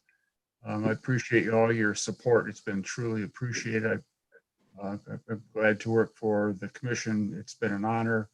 And Mike Hughes and all our electrical department staff. If I go on and on, I'm sure I'll miss something, but you will be forever in my mind, and I will be forever grateful for the opportunity to work for the great city of Sturgis. Thank you very much. And again, John, thank you for all you've done for us. Holly, please. To follow John. Yeah, you get to follow John. Oh, I'm just having a hard time imagining working here without John Griffith being here. So I kind of am going to feel like I've lost my right arm. So I'm really going to miss him so much. So, and his family. So I hope to stay in touch. Other than that, I just want to wish everybody a Merry Christmas and a Happy New Year. Thank you, Holly. Ken Rhodes. Just Merry Christmas and Happy New Year to everyone. John, I know we'll be talking over the next week or so, and just enjoy the holidays. Thank you. Thank you, sir. Andrew. Thank you, Mr. Mayor. Once again, Merry Christmas to everybody. Happy New Year. I'm sure I'll see John before his last day, but it has been an honor to work with him, and he's going to be hard to replace. I've been trying to needle and find a way to keep him, but I don't think I'm going to have any luck. So good luck, John. Andrew, again, I want to thank you for all the stuff you do here for us for this virtual meeting. Mr. Hissog, would you like to make some comments, sir? Oh, just excited to continue to work with the city, and John, best of luck in your future endeavors. Thank you. Thank you, sir. How about our public safety director, Ryan? Just wish everyone a Merry Christmas, and John, best of luck in the new adventure in the beautiful North. Thank you, sir. How about our city attorney, Roger? Thank you, Mayor. John, I think we started almost the same time, and over the years, I've never ceased to be amazed how many different things you have to be responsible for. You always amaze me, and I'm gonna miss you, and appreciate all you did to help me help you at times. It's been a good ride. Wish you the best of luck. And, Merry Christmas and Happy New Year to everyone else. I'm down in sunny Florida, it's 72 degrees, nice blue sky today, and I'm just saying that to hopefully make you guys feel bad. So, Merry Christmas. Thank you, Roger. How about our city manager, Michael? Yeah, thank you. Well, I'm still processing how to forgive Mark Heidloff, but I don't blame him at all because he's getting, a great addition to his staff.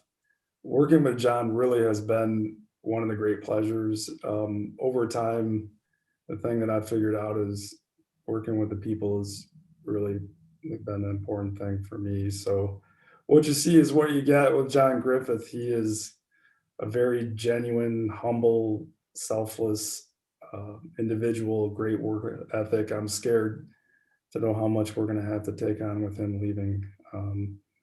The other thing that I admire about John is he is very community oriented. And I've always respected him for doing things above and beyond, not just because he works for the city of Sturgis, but he cares about this community. So well done, John. I wish you the best, and please take care. And thank you very much, Mike. And Merry Christmas to everybody.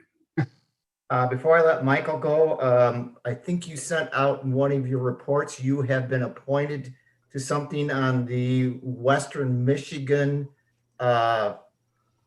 college campuses on some board or something of that nature. Would you like to explain that, sir? It was just basically a panel through the graduate school at Western Michigan University to talk with grad students about career and not working in academia. So yeah, that was it. I think it's sometime in February, but it was kind of a nice ask from former graduate school. How long is this going to last, Michael?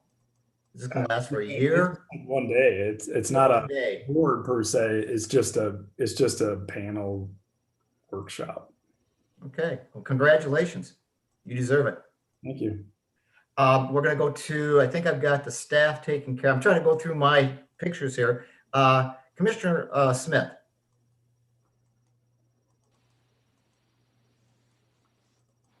Yeah, I just want to wish everybody a Merry Christmas and a Happy New Year's. Thank you, sir. Commissioner Littman.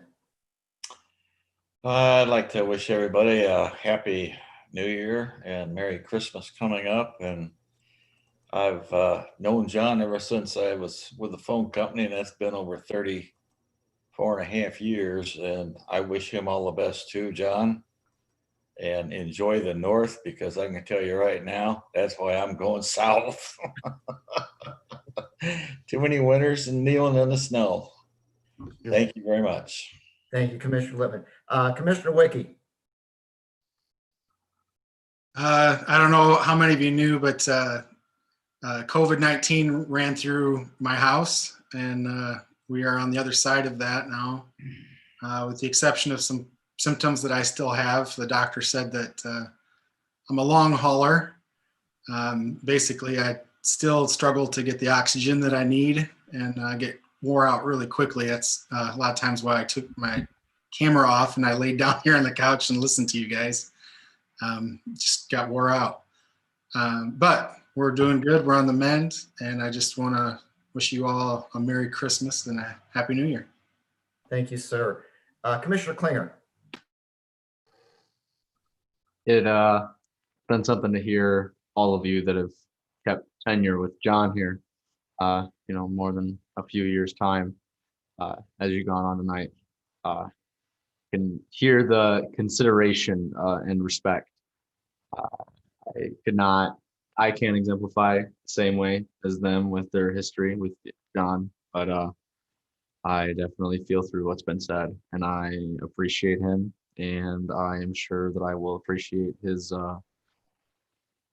predecessor, or his successor, sorry, thereafter. I want to wish everybody a Merry Christmas. Buddy the Elf says, the best way to spread Christmas cheer is to sing loud for all to hear. I'd love it if we could sing before we left, but I understand if nobody wants to join. That's all tonight. Thank you, sir. Commissioner Burr. Can't top that one. That's why I had you go next. I think you can. Cheers, Rick. Okay. Well, I also had COVID earlier, and I might be a long hauler because there were times where I felt like kind of nodding off too, but I'm sitting in a chair, so I just took it. But I just want to wish everyone a Merry Christmas, Happy New Year's, stay healthy and safe, and to Roger for being mean-spirited about his comment about making us suffer because it's not 72 here, although if I turn my heat up a little bit more, it could be. I truly hope that you tee off on a par 3 and get up on that green, and an alligator comes and sit on your golf ball and try to hatch it. So that's all I have to say. Thank you, Commissioner Burr. Commissioner Good. Yes, thank you, Mr. Mayor. I could care less about Christmas. No, seriously, I want to make sure everybody has a Merry Christmas. And, if you want to stop by and go caroling, Commissioner Klinger, I'll join in when we go caroling. Everyone have a Merry Christmas and a Happy New Year. Enjoy the holidays in spite of the governor. Thank you, Ho, sir. ho, ho. Commissioner Malone. Commissioner Malone. I just want to say good luck to John and his family. You're going to love Charlevoix. It's beautiful. I was there last weekend. Beautiful snow. Awesome. And Merry Christmas to everybody who's still here in Sturgis. So have a great holiday. No. Thank you. Vice Mayor Mullins. Thank you, Mr. Mayor. Maybe a comment for you, the city staff, maybe the mayor. Apparently we've heard a couple of commissioners already tonight talk about how they're so bored, they're falling asleep during these meetings. Maybe we need some more interesting topics, please. Next, I just wanted to acknowledge Andrew again. I don't think anybody realized, I know people realize, but he doesn't get acknowledged enough about how much he does to keep these meetings in order and running smoothly, along with the mayor. And just wanted to say thank you for that, Andrew. One thing that I had a text message during the meeting tonight from a constituent here that they said to me, given the state of things, could the local commission please draft an ordinance allowing residents to grow food in hoop houses year round? I just thought I'd put that out there for consideration and maybe thought and maybe, you know, something for future. I know Will's not here. I was perusing through the charter to find out or the ordinances to find things, but I just couldn't quite locate it during the meeting here because I was involved with this too. So just want to throw that out there and see if there might be something that might be, you know, if we want to make some kind of consideration. With that all said, just want to say it's been a rough year for everyone, and I appreciate everybody's, you know, dedication to still showing up and doing these things. Thank you again, John. Thank you for the rest of the city staff for what you guys do. And to everyone here, just have a very Merry Christmas and a blessed New Year. Thank you, Vice Mayor. I just got a couple comments to make. Michael told me today that I believe Wednesday he is looking for some volunteers, to help deliver some meals. Michael, this will be lunches for the city staff. Michael, do you want to explain that a little bit? What's going to happen Wednesday? Yeah, so traditionally we have a Christmas employee lunch. Obviously, we're not doing that this year, so we're going to coordinate just providing some lunches. If you want to help deliver those, we normally invite commissioners to attend the lunch. But if you want to help deliver those and say hello to some employees, then you're invited to do that. If you are interested, just give me a call tomorrow and we can try to work out the details. It looks like Commissioner Klinger's volunteering here. What about there's a virtual meeting, a recognition virtual meeting. You want to talk a little bit about that? Sure. We have our employee appreciation program. Again, we normally present those at the employee Christmas lunch. Can't do that. So we're going to do a virtual meeting on Wednesday at 2. I plan to send out a Zoom link so that you can at least participate in the ceremony and view the awards. Okay, thank you, Michael. I want to thank staff for all they've done this year. It's a pleasure working with you all. The commissioners, again, I also want to thank you for being at the meetings, comments you're making. Appreciate them all on this. I want to wish everybody a Merry Christmas and a Happy New Year. I will also mention too that I have been under quarantine for the last 14 days. I'm very fortunate. I did not have a very bad case of this. I had no symptoms that I can think of COVID, but I did test positive. So I am very thankful for what for the mild case that I had. Honest, and again, I want to wish everybody a very Merry Christmas and a Happy New Year, and look forward to seeing you all at the first meeting. On that, I am going to go ahead and close this meeting. We are now closed. Mr. Mayor, before Yes. we go, I'm sorry, Commissioner Klinger has his hand raised. Mr. Klinger. Just quickly, Commissioner Mullins' quick, insert from this constituent. I just want to support that idea in full. A hoop house for year-round gardening would be much help to the sustainability for food security for our town here. So that, and I just want to make sure Buddy the Elf can deliver food, Mike, right? Buddy? Yeah, awesome. Yeah, Buddy will be there Wednesday. All right, thank I'll you. have some, was it maple syrup for you? Don't worry. Oh, And I'll only spaghetti do it once. and spaghetti. Yeah, There you go. Again, thank you all. Have a very safe holiday, and we are adjourned. Thank you. Merry Christmas. Merry Christmas all.